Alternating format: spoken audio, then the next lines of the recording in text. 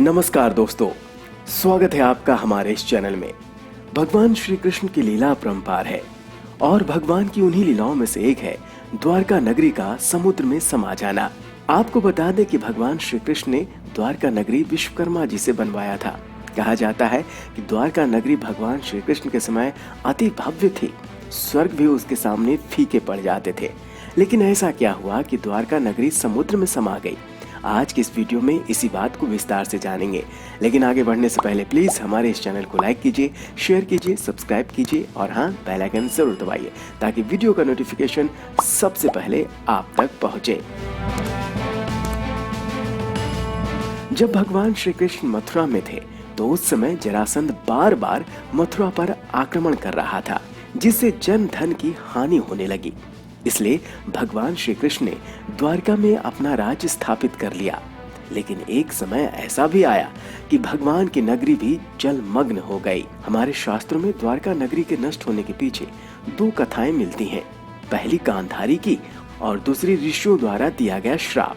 पहली कथा के अनुसार जब महाभारत के युद्ध में पांडवों की विजय हुई तो भगवान श्री कृष्ण एक दिन कौरवों की माता गांधारी से मिलने पहुंचे। अपने सारे बेटों के मारे जाने के कारण गांधारी के मन में भगवान श्री कृष्ण के प्रति बहुत गुस्सा था। इसलिए जब भगवान श्री कृष्ण गांधारी के सामने गए तो गांधारी ने उन्हें श्राप दे दिया कि जिस तरह तुमने मेरे कुल का नाश किया है, तुम्हारे कुल का अंत भी इसी तरह होगा। भगवान श्री कृष्ण तो अंतर्यामी थे, वो चाहते तो इस श्राप को निष्फल भी कर सकते थे, लेकिन उन्होंने मानव रूप में अपने जन्म का मान रखा और गांधारी को प्रणाम करके वहां चले गए। दूसरी कथा के अनुसार एक बार द्वारका में महर्षि विश्वामित्र, कण्व ऋषि और नारद जी भ्रमण करने को आए। श्री कृष्ण के पुत्र सांब अपने मित्रों के साथ हंसी ठिठोली कर रहे थे। जब सांब के नवयुवक मित्रों की दृष्टि इन महान ऋषियों पर पड़ी तो उन्होंने ऋषियों के साथ उपहास करने की योजना बनाई। इन युवकों ने सांब को एक महिला के वेश में तैयार किया और महर्षि विश्वामित्र और कण्व ऋषि के सामने पहुंचकर उनसे बोले, ये स्त्री गर्भवती है, ये देखकर बताइए कि इसके गर्भ से क्या उत्पन्न होगा। ऋषिगण युवकों के इस परिहास से बहुत क्रोधित हुए और उन्होंने श्राप दे दिया कि इसके गर्भ से एक मूसल उत्पन्न होगा, जिससे तुम जैसे दुष्ट और असभ्य लोग अपने समस्त कुल का नाश कर लेंगे। इस घटना का पता भगवान श्री कृष्ण को चला तो उन्होंने कहा, ये ऋषियों की वाणी है, व्यर्थ नहीं जाएगी। और अगले ही दिन सांब ने एक मूसल उत्पन्न किया। इस मूसल को राजा उग्रसेन ने समुद्र में फेंकवा दिया। कहा जाता है कि भगवान श्री कृष्ण ने द्वारका पर 36 साल राज किया था। द्वारका में 36वें साल में बहुत अपशगुन होने लगे, जैसे बिना मौसम आंधी तूफान, जानवरों का अलग अलग तरह की आवाजें निकालना आदि। भगवान श्री कृष्ण इन घटनाओं को देखकर समझ गए थे कि अब द्वारिका नगरी का अंत आ गया है। इसलिए कान्हा ने सभी यदुवंशी पुरुषों को तीर्थ पर जाने के लिए कहा। इस पर सभी लोग द्वारका नगरी से तीर्थ के लिए निकल गए और वे सभी प्रभास तीर्थ क्षेत्र में पहुंच गए और वहां विश्राम करने लगे। लेकिन विश्राम के दौरान ही लोग आपस में ही लड़ पड़े। उन लोगों का झगड़ा मार काट में बदल गया।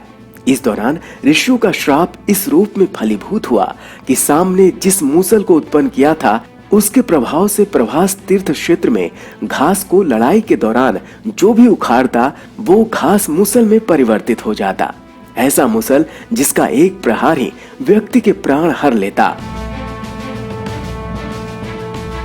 इस लड़ाई में भगवान श्री कृष्ण के पुत्र प्रद्युम्न भी मारे गए। सूचना मिलते ही द्वारकाधीश भगवान श्री कृष्ण प्रभास क्षेत्र पहुंचे।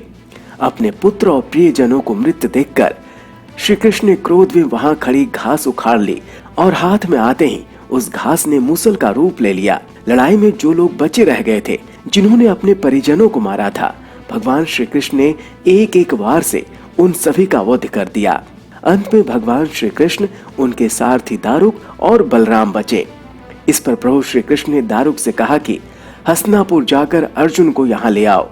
फिर बलराम को वहीं रुकने को कहा और स्वयं अपने पिता को इस संहार के बारे में सूचित करने द्वारिका चले गए। कान्हा ने वासुदेव जी को इस नरसंहार के बारे में बताया और कहा कि जल्द ही यहाँ अर्जुन आएंगे। आप नगर की स्त्रियों और बच्चों को लेकर अर्जुन के साथ हस्तिनापुर चले जाइएगा। तब भगवान श्री कृष्ण वापस प्रभास क्षेत्र पहुंचे। तब बलराम जी ध्यानावस्था में बैठे थे। देखते ही देखते बलराम जी भी अपने धाम को चले गए। इसके बाद भगवान श्री कृष्ण एक पेड़ की छांव में बैठ गए। इसी समय जरा नामक एक शिकारी का बाण उनके पैर में आकर लगा, जिसने दूर से उनके पैर के अंगूठे को हिरण का मुख समझकर बाण चला दिया था। जब वो शिकारी शिकार उठाने पहुंचा तो भगवान श्री कृष्ण को देखकर क्षमा मांगने लगा। द्वारकाधीश शिकारी को अभय दान देकर मृत्युलोक से अपनी लीलाओं को समाप्त करके अपने धाम को चले गए। अर्जुन ने द्वारका पहुंचकर वासुदेव जी से कहा कि वो नगर में शेष बचे सभी लोगों को हस्तिनापुर चलने का आदेश दे। फिर अर्जुन ने प्रभास क्षेत्र जाकर सभी यदुवंशियों का अंतिम संस्कार किया। अगले दिन वासुदेव जी ने प्राण त्याग दिए। अर्जुन ने उनका भी अंतिम संस्कार किया और सभी महिलाओं और बच्चों को लेकर द्वारका से निकल गए। जैसे ही उन लोगों ने नगर छोड़ा, द्वारका का राजमहल और नगरी समुद्र में समा गई। द्वारका नगरी में शहर के चारों तरफ कई लंबी दीवारें थीं। उन्हीं दीवारों के कारण इस नगर का नाम द्वारका पड़ा। एक रिपोर्ट के मुताबिक 1963 में सबसे पहले द्वारका नगरी का excavation Deccan college Pune, department of archaeology और गुजरात सरकार ने मिलकर किया था। इस दौरान करीब 3000 साल पुराने बर्तन मिले थे। इसके तकरीबन एक दशक के बाद आर्कियोलॉजिकल सर्वे ऑफ इंडिया की अंडर वाटर आर्कियोलॉजी विंग को समुद्र में कुछ तांबे के सिक्के और ग्रेनाइट स्ट्रक्चर भी मिले। ये सारे अवशेष दिव्य द्वारका नगरी की पुष्टि करते हैं।